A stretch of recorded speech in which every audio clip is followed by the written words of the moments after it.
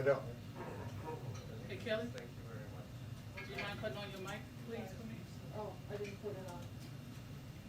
That could be part of the issue. Yeah. Simultaneous? Yeah. 4 seconds? Thank you. Thank you. This is line level. Where?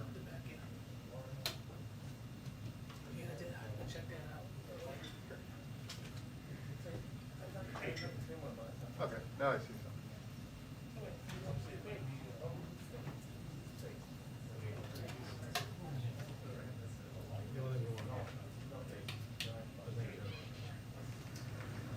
Hi, everyone. Okay, happy Monday. 2 items for all of you at the top. We're seeing strong movement and early action toward vaccine requirements across industries, and importantly in the airlines industry. United Airlines was notably first to institute a requirement, and within 53 days were able to get to over 99% of its staff vaccinated. Over the weekend, we saw JetBlue, Alaska, and American Airlines step up and move forward with their own requirements. These actions are notable as they represent a significant share of our country's air travel. We know these requirements work, and by acting now, these airlines will ensure smooth implementation and create workplaces that are safer for COVID-19.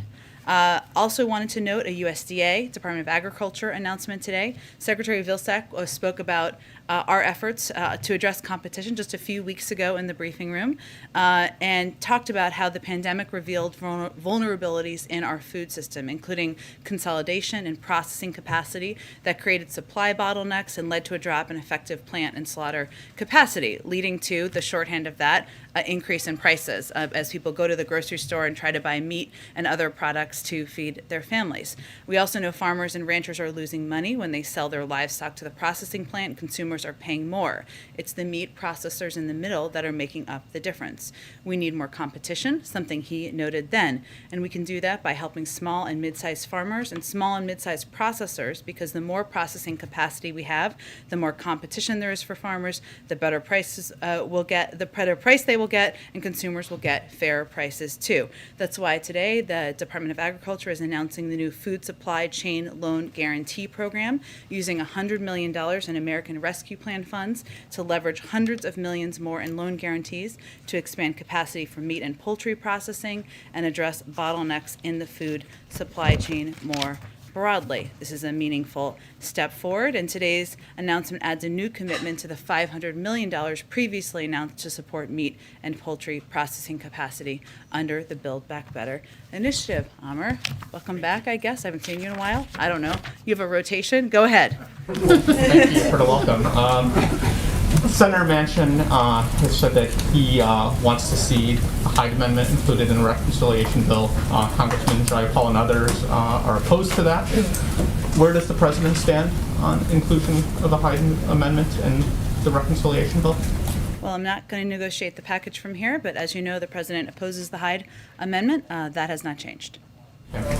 On the Pandora Papers, I was wondering if there's it's a lot to absorb, but the main underlining issue seems to be that sheltering of assets of the world's rich, powerful, and sometimes notorious actors are getting promising levels of protection and secrecy that now rival or surpass what was seen overseas now in the United States. What, if anything, does this administration want to do about addressing this matter? Should states be allowed to continue to set sort of these financial regulations that make some states, including Delaware, some other states, particularly attractive for these trusts? Well, broadly speaking, the president is committed to bringing additional transparency to the United States, the U.S. and international financial systems, and you can see that in policies he's proposed and supported over the course of his presidency and even prior to that. In June, he issued a memorandum establishing fighting corruption as a core national security interest, and through work responsive to this memorandum, the government, we have elevated efforts to curb illicit and opaque financial transactions transactions at home and abroad, including by reducing offshore financial secrecy, robustly implementing federal law requiring U.S. companies to report their beneficial owner to the Department of Treasury, and as necessary, identifying the need for new reforms. He's also pledged to work with partners and allies to address issues such as the abuse of shell companies and money laundering through real estate transactions, something that we've certainly seen and was a part of this reporting. And I'd also note that last year, Congress came together in a bipartisan fashion to direct the Treasury Department to develop a beneficial ownership database that will meaningfully increase transparency and accountability. I would also, last thing I would say, and then you may have follow-ups, is, if you look at the president's proposals in the Build Back Better agenda, he has been clear he wants to make the tax system more fair, wants to crack down on people who are not paying their fair share, whether they are businesses or whether they are individuals. That has been central to his policies, his proposals, and central to what he's fighting for in Congress right now. If I can hit on just one other thing outside of Pandora. OPEC said today that it'll add only 400,000 barrels per day to production in November. Is current price level an obstacle for recovery, and should OPEC be pumping more? Well, the United States is not a member of OPEC, as you know. We do communicate with our international partners who are members of OPEC and convey, as we did a few months ago, our urging to find a compromise solution to allow proposed production increases to move forward, as they did several months ago. I would note, as it relates to gas prices here, what we're seeing in some parts of the country is that gasoline prices naturally ticking up, in part in the wake of Hurricane Ida, because the hurricane hit a region that is a key center of the nation's oil production and refining infrastructure. And we've been working around the clock with the state and local governments for the last month to, of course, restore electricity and also help facilities get back online for production to ensure that did not have an impact on oil prices and gasoline here. And the Department of Energy also authorized several million barrels of strategic petroleum reserve exchanges through that period of time. We also announced a couple of recent steps. So the point is here, while we're not a member of OPEC, we're also taking a number of steps and have been to plan for, protect against rising prices here within the purview of what we have. In the Department of Transportation extended and amended an emergency declaration offering temporary flexibility to how many hours a truck driver can drive. They applied nationally to goods that support COVID-19 response, as well as gasoline and other types of fuel, building materials, et cetera, in an effort to ensure this was not having an impact. And the last thing I would note is that back in August, NEC Director Brian Deese also sent a letter to the FTC Director Lena Khan asking the FTC to use all of its available tools to monitor the gasoline market and take action as needed. She responded to that and said she would look into it. So we are going to continue to use every tool at our disposal, even as we're not a member of OPEC, to ensure we can keep gas prices down for the American public. Go ahead. Thanks, Jen. Was there any concrete movement or progress in the negotiations with Senators Manchin and Sinema this weekend? And if so, can you tell us a little bit more about it? Well, I can tell you that the President is going to have a virtual meeting with a number of progressive House members later this afternoon in order to have a discussion about the path forward, which includes the recognition that this package is going to be smaller than originally proposed. And what he wants to hear from them is what their priorities are, what their bottom lines are, so he can play a constructive role in moving things forward. I would expect that later this week he'll have probably another virtual meeting with members who might consider themselves more moderate or however you want to define them. They're all out of session this week, as you know, so hence that's why the meetings are virtual. We have been in touch, or we've stayed in touch with staff and a range of members over the course of the weekend as we work to continue to make progress. But I don't have any additional updates from Senator Manchin or Senator Sinema at this point. How long do you plan to give those negotiations with Manchin and Sinema? Is there a deadline? Well, I would say that our objective is getting this done and delivering for the American people, and we're going to continue pressing forward until we get it done. So, yes, it requires Senator Sinema and Senator Manchin moving forward and supporting a path forward. It also requires agreement on what a package would look like. So the President's going to continue to work with a range of members from across the Democratic caucus. And just on one other topic, I'm assuming you saw what the Facebook whistleblower had to say last night. Did these revelations change the way the White House thinks about regulating Facebook and other social media giants? Well, as we saw the revelations that came out in that interview, in our view, this is just the latest in a series of revelations about social media platforms that make clear that self-regulation is not working. That's long been the president's view and been the view of this administration. They validate the significant concern that the president and lawmakers on both sides of the aisle have expressed about how social media giants operate and the power they've amassed. Reports in recent weeks, and I think obviously the whistleblower was came forward last night in the report, but about efforts to attract young users and negative effects on teenagers' mental health are certainly troubling. They're hardly isolated incidents. And so our effort is going to be continue to support fundamental reforms, efforts to address these issues. Obviously, that would be up to the purview of Congress, but certainly we view these as a continuing in a series of revelations about the power of these platforms. Thanks, Jen. Senator Sanders said pretty clearly this weekend, we've got the President of the United States on our side. Is that how President Biden views it, that he's on the side of the progressives in this fight right now? He's on the side of the American people, and he is going to continue to press forward with both the infrastructure package and the reconciliation package, and that's what the discussions with members of Congress are focused on. Does he see Senators Sinema and Manchin as the roadblocks, as the obstacles right now? Well, as he stated earlier today, he knows that, and you all know, that the majority of members are support moving forward with a bold and ambitious agenda that is going to fundamentally make us more competitive in the world, help compete with China, rebuild our roads, rails, and bridges, give the American people more breathing room. And we know that fundamentally we need 2 more votes in the Senate.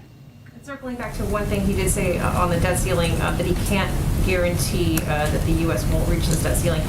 Given the dire economic consequences that have been laid out, if indeed the U.S. defaults, can you elaborate on what he was saying in terms of what the American people should be preparing for as a worst-case scenario? Does he see this as potentially an inevitable at where we are today? No, he also said in the same set of remarks or in comments, that he couldn't imagine it going to that point because Congress has raised the debt limit 80 times. They've done it in a bipartisan fashion, and it is imperative that we move forward given the impact this could have on the American people, whether it is people's bank accounts, their Social Security accounts, their economic security. There is a great deal of retirement savings, salaries for service members.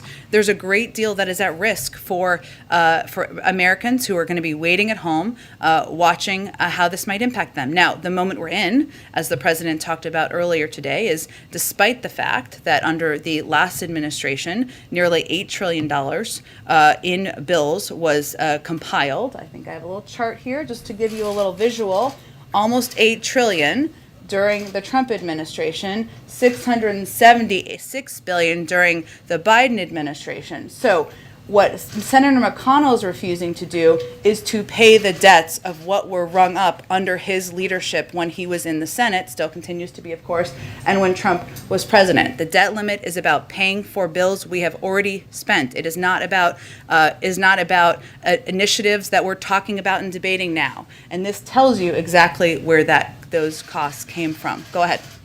The president said this morning that he intended to speak with Senator McConnell. Have they had that conversation yet, and will it be face-to-face, or? I think what the president was conveying is that he's, of course, open to speaking to Senator McConnell. That's the role, or should be the role, of any president, to work to address what could be an economic catastrophe for the American public. They have not talked yet. I don't know when it will be scheduled, but what is clear is this is not a negotiation. We know what needs to happen here. What is happening in the Senate right now is Senate Democrats have proposed that they would do all the votes to raise the debt limit. They are happy to be the adults in the room. They're not even asking Republicans to vote for it at this point. We know they're unwilling to be the adults in the room. They are blocking the effort by Democrats to raise the debt limit themselves. So it's pretty clear what needs to happen. That is the fastest, the simplest, the cleanest, the least risky way to get this done. And certainly that's what the president would convey if and when they speak. Obviously, the president has known Senator McConnell for a long time. He said they've been down this road before, I think, this morning. He also knows that he's not someone who generally changes his mind or bows to pressure like this. So if Republicans do not give on this, what is the president's recommendation to Senator Schumer as the clock is quickly ticking toward that deadline? Well, when we keep ticking, we'll keep having a discussion about that. Obviously, the Democrats have expressed a willingness, an openness, and a desire to get this done. Unlike the Republicans in the Senate, despite the fact that $2 trillion of that $8 trillion was for tax cuts for the wealthiest, which were unpaid for.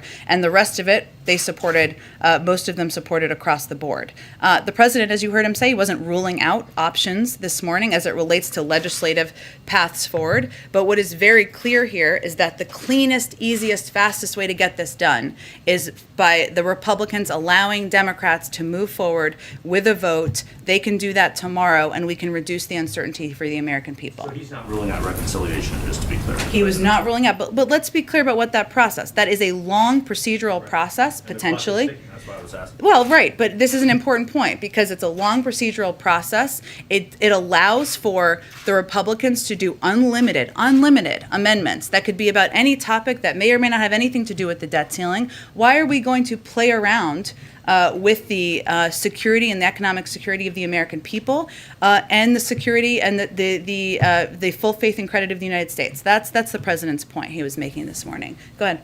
Thank you, Jen. First, does the president agree with Dr. Fauci that it's too soon to tell if people are going to be able to gather for Christmas?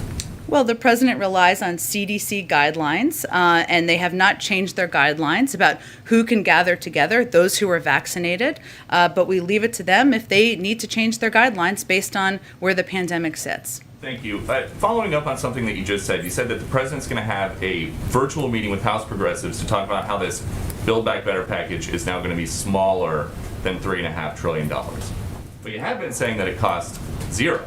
So are you now admitting that the plan does not cost zero, or is it less than zero? Well, let's not dumb this down for the American public here. What we're talking about is how much the top line investments are, which are all paid for, so therefore it costs zero. No matter what the cost or size of the top line investments are, we have ways to pay for it. So the point is, that's important to the American public, all of your viewers too, is that this is not going to cost the American public $1. We're going to pay for this by asking corporations, the highest income, so people under $400,000, I should say, corporations' highest income, to cover the cost of these necessary investments. So just to not dumb it down then, does the plan cost nothing or is the plan free? The plan costs nothing for the American people who make less than $400,000. If you think that companies that paid zero in taxes last year, 50 of the top companies should continue to pay zero in taxes, we're happy to have that debate. And then just one more, Jen, thank you. A group of activists followed Senator Kirsten Sinema into a ladies' room screaming about the Build Back Better plan yesterday. The president said today, I don't think they're appropriate tactics, but it happens to everybody and it's part of the process. He is an expert on the process. Has he ever been chased into a restroom by activists? Let me be clear here, because I think the context of what happened here is very important. And Senator Sinema put out a statement this morning. So as she said, and I would reiterate from here, the protection of the freedom to protest, to speak out, and to criticize is fundamental to our democracy. The president believes that. Maybe he shorthanded it, but he wanted to make that clear this morning. What happened this weekend was that her classroom, her students, and the safe and intellectually stimulating environment she's worked to create during the years of teaching at ASU was breached. That's inappropriate and unacceptable. And I think the context of what happened here is important, despite the fact that, of course, the president stands for the fundamental right of people to protest, to object, to criticize, as they often do outside of the gates of the White House. So does the White House condemn these protesters who chased her into the restroom? I just said it was inappropriate and unacceptable. I think that pretty much. Not to do that again. I think that's pretty clear that they shouldn't breach the classroom and make the students feel like their privacy, their intellectually stimulating classroom, and their time as students in college is being broached upon. Go ahead. I have a follow-up to Peter's question. Sure. Have a follow-up, Against an Jen? airplane. I'll come to you next time. That's right. China again said warplanes flying over Taiwan. What is the White House's interpretation of what China is doing, and what can be done to kind of ratchet down those tensions? Well, we remain concerned by the People's Republic of China's provocative military activity near Taiwan, which is destabilizing, risks miscalculations, and undermines regional peace and stability. We urge Beijing to cease its military, diplomatic, and economic pressure and coercion against Taiwan, and we have an abiding interest in peace and stability across the Taiwan Strait. That's why we will continue to assist Taiwan in maintaining a sufficient self-defense capability. We maintain our commitments as outlined in the 3 communiques, Taiwan Relations Act, and the 6 assurances. Our commitment to Taiwan is rock solid and contributes to the maintenance of peace and stability across the Taiwan Strait and within the region. We have been clear privately and publicly about our concern about the PRC's pressure and coercion toward Taiwan, and we will continue to watch the situation very closely. Is the White House monitoring the oil spill in California, and are you guys engaged on that, and kind of what are you taking away from it moving forward? We are certainly monitoring the oil spill, and we are very engaged in it. We're working collaboratively with state and local partners to address efforts to find the leak, contain the spill, and assess impact and address potential causes. The response is currently a 24/7 operation. Response efforts are scheduled to continue until federal and state officials determine that the response to the crude oil spill is complete. All available actions are being taken to ensure the safety of the public and response personnel, to control the source and recover spilled materials, to maximize the protection of environmentally sensitive areas, and minimize impact to maritime commerce. So early on Sunday, a unified command was established between Amplify Energy, the operator, the Coast Guard, California Department of Fish and Wildlife, as well as the cities of Long Beach, Newport Beach, Huntington Beach, and the Orange County Sheriff's Department.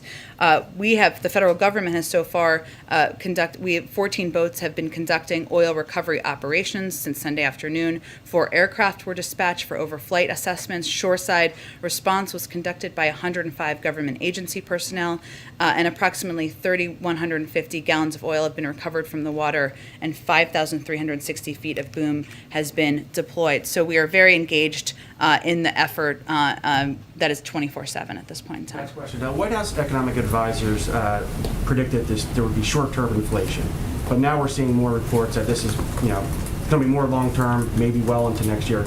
Did the White House misjudge the situation, and what is the White House doing to maybe manage these new expectations? Well, the Federal Reserve and the OECD continue to project that inflation will come down in the next year, and we look to those projections. Obviously, it's under the purview specifically of the Federal Reserve. I would say over the long term, what we're working to do is get our Build Back Better agenda passed, something that outside economists, Nobel laureates have said would address inflation over the long term, reduce costs, and that's one of the reasons a huge priority for the president. Emerald, I promised I'd go to you next. Go ahead. Yeah, I appreciate it. First, following up on Jeff's question regarding China and Taiwan, China has grown increasingly aggressive under this administration, and then now we're set to start trade talks back with them. There was concern when President Biden took office about his son's business dealings with China. He was supposed to divest himself of his stake in a Chinese private equity firm in December with ties to the Chinese central bank. As of April, he had not yet done that, and at some point you are going to get back to us on that. Do you have an update on that? Has he dissolved that interest now? I'd point you to his representatives on that. He doesn't work in the administration. I would say, though, Emerald, that, and I think you're referring today to the announcement, this speech by Ambassador Tai about Phase 1. And what I think it's important to note here is that this approach definitely differs from the approach of the prior administration, in our view. Their approach hurt select sectors of the American economy and wasn't targeted to address strategic problems we have. These initial steps will help, are going to realign our trade policies towards, from the PRC toward our priorities. And that's the objective of this president. It's just the first stage in this process. Obviously, the ambassador gave an extensive speech today. As we enter into this, though, the president has said during the campaign that none of his family will have any business relationship with anyone that relates to a foreign corporation or a foreign country.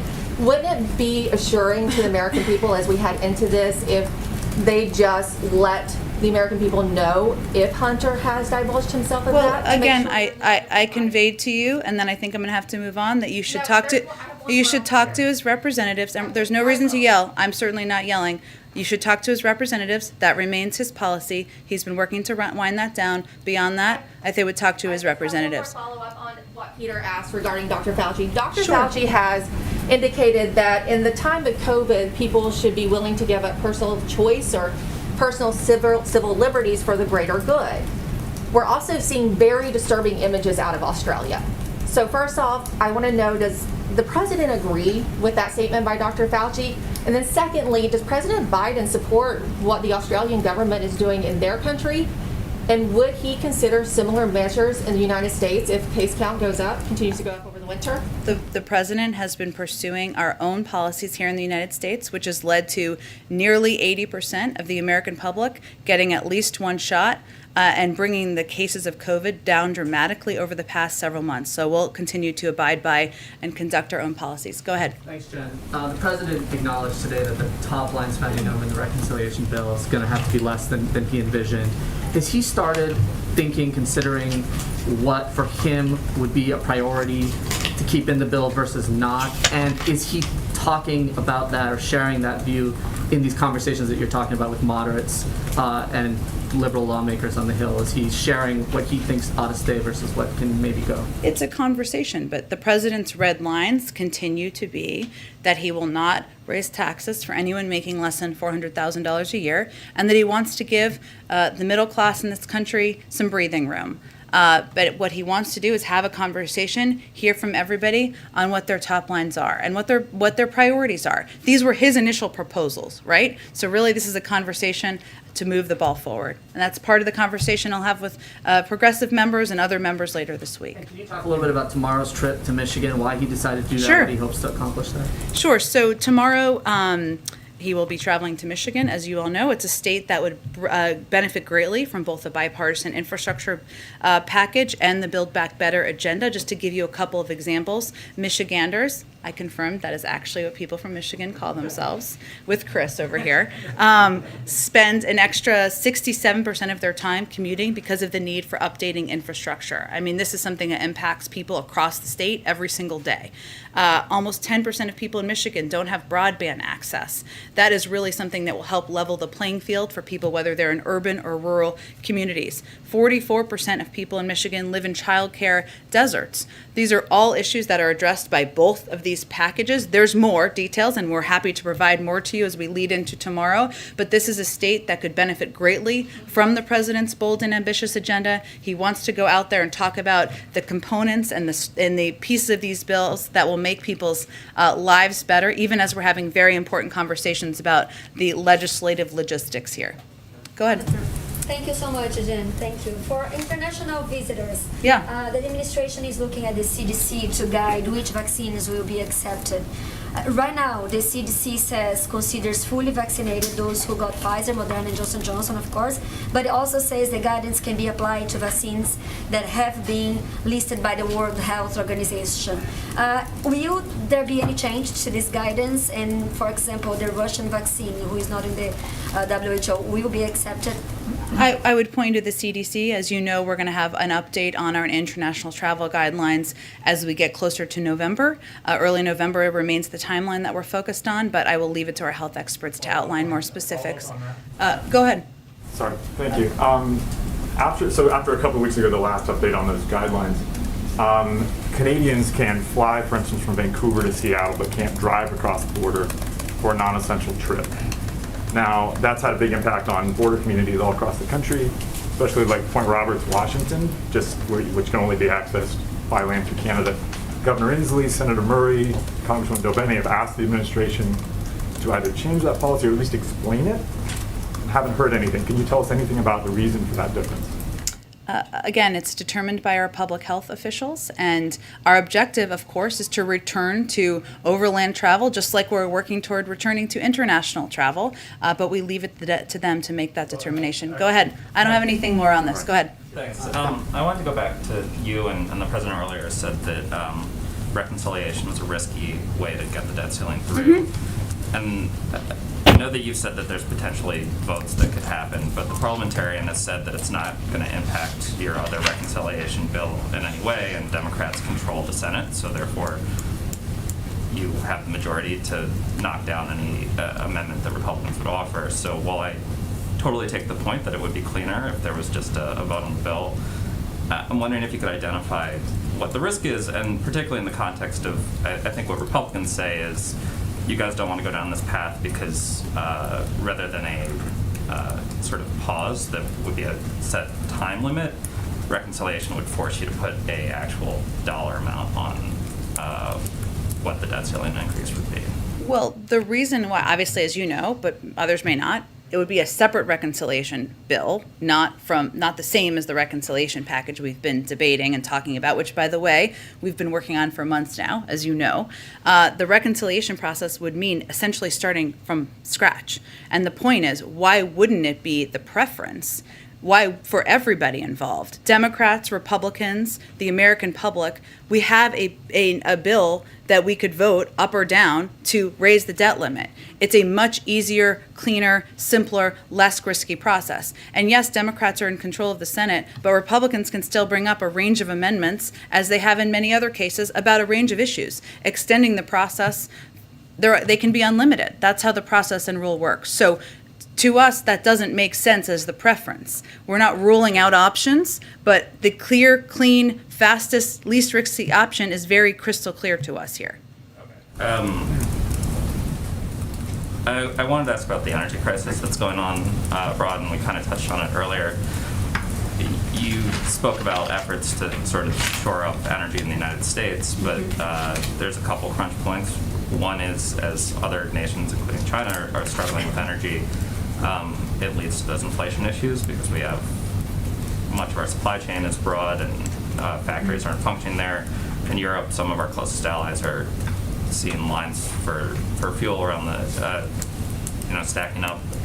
So I'm wondering what we're doing to sort of deal with this crisis internationally, and if you mentioned that there had been a conversation with OPEC a couple months ago, but in the past week, I know last week you said you'd kind of circle back on what message we had conveyed. We asked them to accelerate beyond what a few months ago, the sort of gradual increase in production that we had asked for.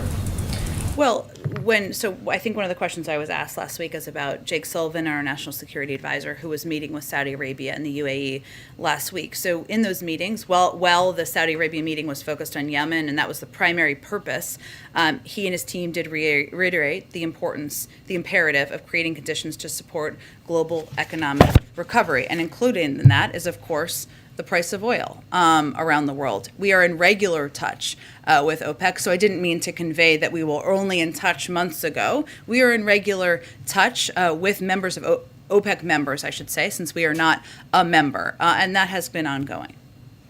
Go ahead. At the risk of asking another esoteric question about the debt ceiling. It's okay. You have said in this room that you believe that the White House believes that Congress enacting a law is the only way to raise or lift the debt ceiling, but maybe you can put a bit more meat on the bones as to why the White House has determined that, for example, ideas like minting $1 trillion coin or invoking the 14th Amendment would not solve the problem. Well, I think as was reported, we obviously look at a range of options, and none of those options were viable, either because they wouldn't be accepted by the Federal Reserve, by the guidance of our Treasury Secretary, or just by legal restrictions. So we know that the only path forward here is through Congress acting. There is a simple process that could be done in the next few days before we hit Friday to reduce uncertainty, to make sure the American people don't have to worry about their bank accounts, their retirement savings, and all Republicans need to do is get out of the way, let Democrats be adults in the room, and take a vote. Another question. Last night on 60 Minutes, there was an exploration into this Kafka-esque situation that members of the military have been in. After 10 years of paying their student loans under the Public Service Loan Forgiveness Program, 9 out of 10 of them have had their forgiveness rejected when they've applied. An advocate who was in the piece said that the president has the power under a 2003 law to solve this problem for those members of the military. Will he use that law, and is there anything else his administration can do to help these people? So what you're referring to, just for others, is the Public Service Loan forgiveness program, which is an important but largely unmet, hence the reporting last night, promise to professionals who serve their communities and do hard work that is essential to our country's success. And fixing this program has been a priority for this administration from the first day. That's why in the coming weeks, the Department of Education plans to announce a major overhaul of the program that through a series of executive actions will restore the promise of the program to teachers, service members, nurses, firefighters, and others serving their communities and our country. It will include an opportunity for public service and many not-for-profit professionals to get any prior payments made on the federal loans for their studies counted toward PSLF, regardless of the loan program on which the payments were made. So there's going to be upcoming rulemaking. Department of Education will have more, but this is something we want to reform and address and make better for the people who should benefit from it. Go ahead. Thank you. With the president saying that he cannot guarantee that the debt ceiling will not be breached, is the White House taking preparations in the event of that happening? You've outlined that it would be catastrophic. So is the White House making plans and preparations for the worst? He also said right after he made that statement, the next sentence was, I can't imagine that would happen, which I think is important context for people to understand. It requires Congress acting. That is the one path forward. That is why we are talking about it, why he gave remarks today, why we are continuing to press forward to get this done. Yes, but so is the White House or the administration preparing for the worst in case that does not happen? There isn't another option. It has to pass legislatively. That's what has to happen. Okay, and also, can you comment at all on there's an outage of Facebook and Instagram today and other apps? Is the White House aware, looking into that? What may be going on? We are aware, we're monitoring, but I don't have any other updates. I'd really point you to the companies for that. Go ahead. Thanks, Jen. Did the president ever consider asking Democrats to use reconciliation earlier this year to lift the debt limit and avoid potentially cratering markets and affecting the American people? If this is such an economic risk, why give McConnell any say at all? Why let McConnell off the hook or Republicans off the hook? I mean, this is their debt that they chalked up themselves. This is a period of time where we could easily solve this in the next 2 days. And easily do that through allowing Democrats to be the adults in the room, despite the fact that Republicans spent like drunken sailors over the last 4 years before President Biden took office. So it's easy to get it done. We did not need to start a long procedural process. That's exactly what that would be. We're not ruling out options because, as I said in response to an earlier question, we have to get this done. We have to get this done to ensure that people don't worry about their retirement savings, don't worry about their college savings for their kids. But it's easy to get it done, and we don't think Republicans should be let off the hook. Go ahead. You said that the president has not yet talked to McConnell since McConnell sent that letter. When was the last time that you spoke on the debt limit? I don't have any readout of any recent call from them. Have you asked business groups to use their influence with McConnell and other Republicans to try to get them on board? Business groups have been pretty vocal in recent days and weeks, but we leave it to them on how they want to reach out and engage with members. And a quick question on tomorrow. Are you intentionally going to a congressional district that Trump won? We're going to a state and a part of the state that could benefit from all of these packages because they're hugely popular, whether you're a Democrat, a Republican, an independent. People don't think of their roads as partisan for good reason, nor do they think as their child care as partisan. So that's why the president wants to go make the case in Michigan. Go ahead, Karen. Thanks, Jen. Senator Sinema said in a statement over the weekend that good faith negotiations require trust and that canceling the infrastructure vote further erodes that trust. Some progressive Democrats have said they haven't felt that Sinema and Manchin have been forthcoming about where they are in negotiations and numbers and red lines. When you say that the president wants to play a constructive role in moving this forward, does that also include him rebuilding trust within the Democratic Party, and how would he do that? Well, look, I think the way the president sees this is that we're in the midst of a legislative process, and this is how the process works. Less about trust or not trust. I know that word's thrown out there a lot and has been over the last week. You know, the president put out his bold proposals. Members of Congress, a co-equal branch of government, argue for their priorities, some with strong emotion, good for them, because they're passionate about what these issues are, how these packages could fundamentally change things for people across the country. And you're seeing now that this is a recognition of the important moment that this is. But in his view, this is how the process plays out. There's going to be there's going to be arguments, there's going to be disagreements. That's not dysfunction, that's democracy. And we've seen it work this way. Bumps in the road. Look at the Affordable Care Act. Look at Dodd-Frank. Look at even the American Rescue Plan. These were not smooth legislative processes. They rarely are, and we're still in the middle of it. Why Michigan, or you've answered why Michigan, Yeah. but why now to go out on the road and do an event like this? Well, look, I think the president felt that, and we all felt that the last week or two, what was important was for him to be available, to have meetings, to bring people down, to have these conversations. He's obviously still doing that. But now it's also important to remind people, as the sausage making has been kind of the dominant storyline for the last few weeks, what this is all about. Why he's fighting so hard for it, why there's important debates and discussions about what are in these two important packages. And so that's what he's going to do in Michigan tomorrow, and I expect he'll do more of it in the weeks ahead. Go ahead. Two questions on the oil spill. Is the White House considering a national emergency declaration for the spill there? That would really be something typically that is requested by the governor and granted by FEMA. So I don't have any updates on that. We're, of course, continuing to closely monitor. We're in close touch with the governor and his team, but I would point you to FEMA on that if there's an update. And the administration's effort to stop auctioning offshore drilling leases is currently subject to litigation. The judge blocked the stoppage of that. How does this spill kind of underscore that effort that the administration wants to no longer lease new offshore drilling? Well, I think one of the reasons that, one, there are also existing oil leases, I should just clarify, not that it was your question, that are still ongoing. That has not changed. And obviously you referenced the ongoing litigation. Look, I think the president has identified addressing the climate crisis as a core priority for him in this administration. And certainly taking every step possible to do that remains a priority. I wouldn't say that this changes that. That has been the case before this and will be the case even as we work to ensure recovery is complete. Go ahead, Andrew. Thank you, Jen.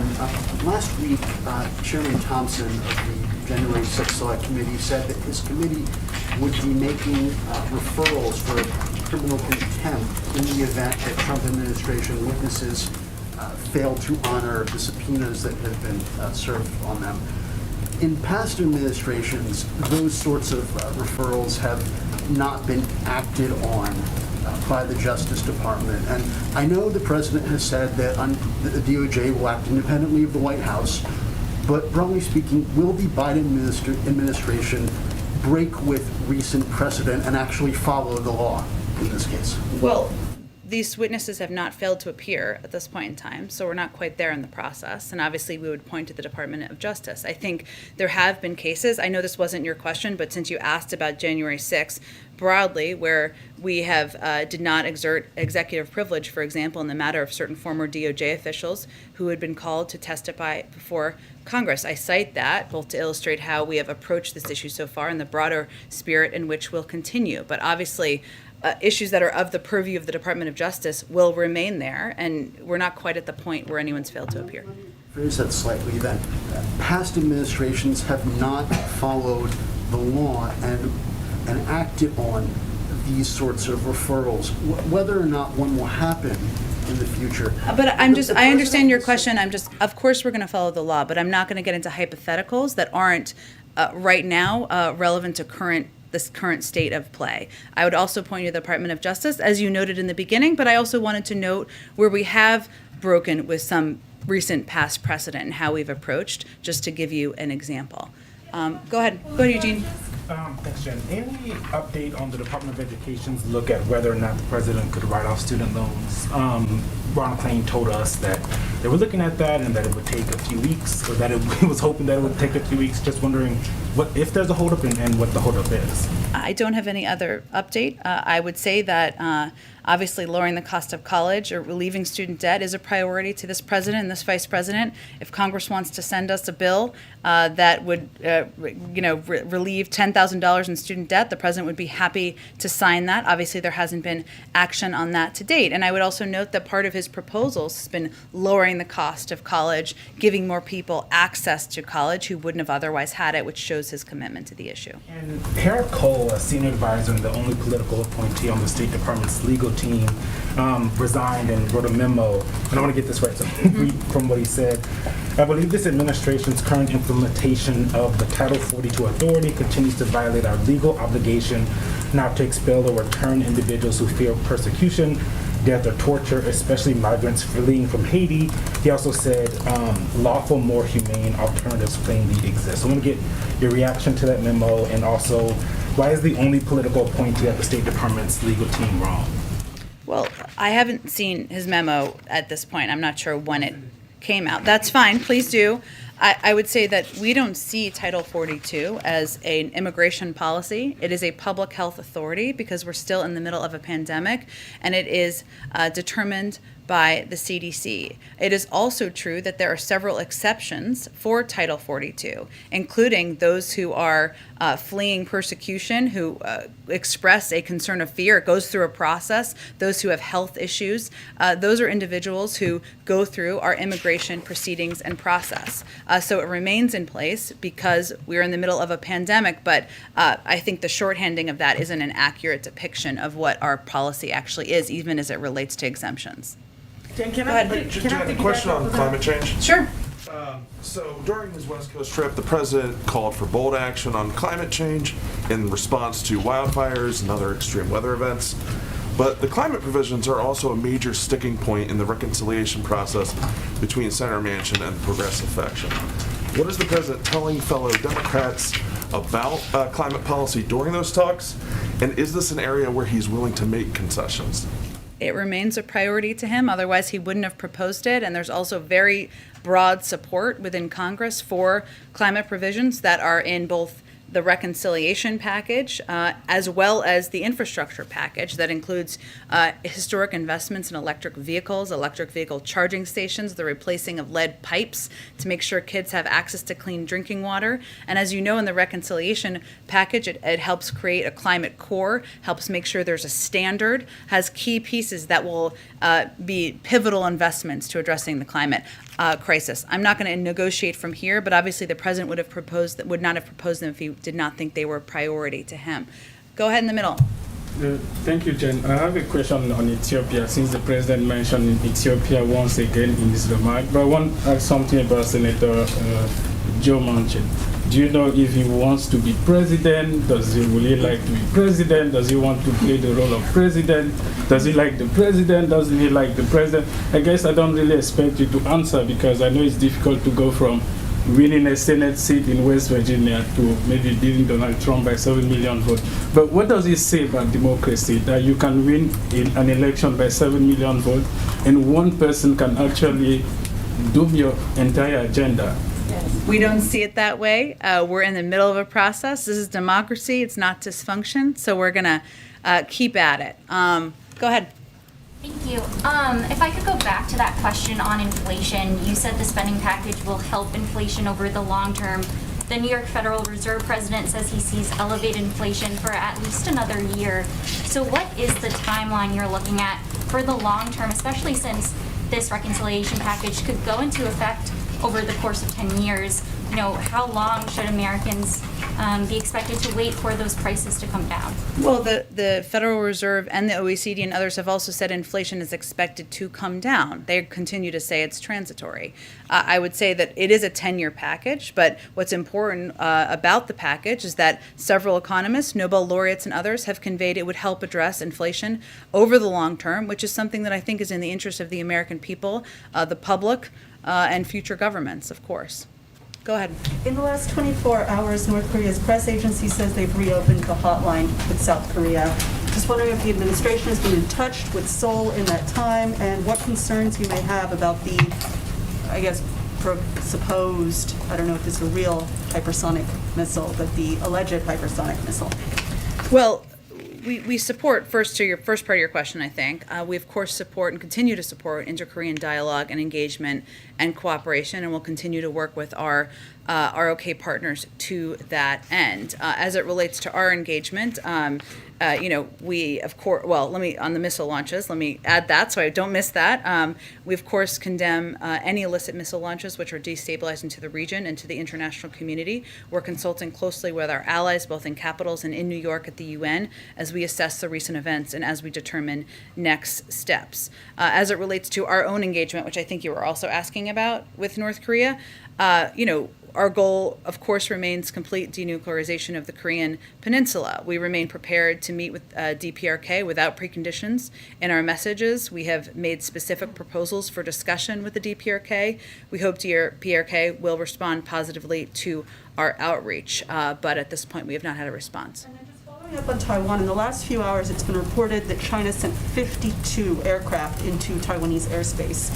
So these strong statements from the State Department and from you don't appear to be listened to in Beijing. So what now? What next? We are also in touch privately, conveying clear messages through diplomatic channels, and that's probably the appropriate place for those.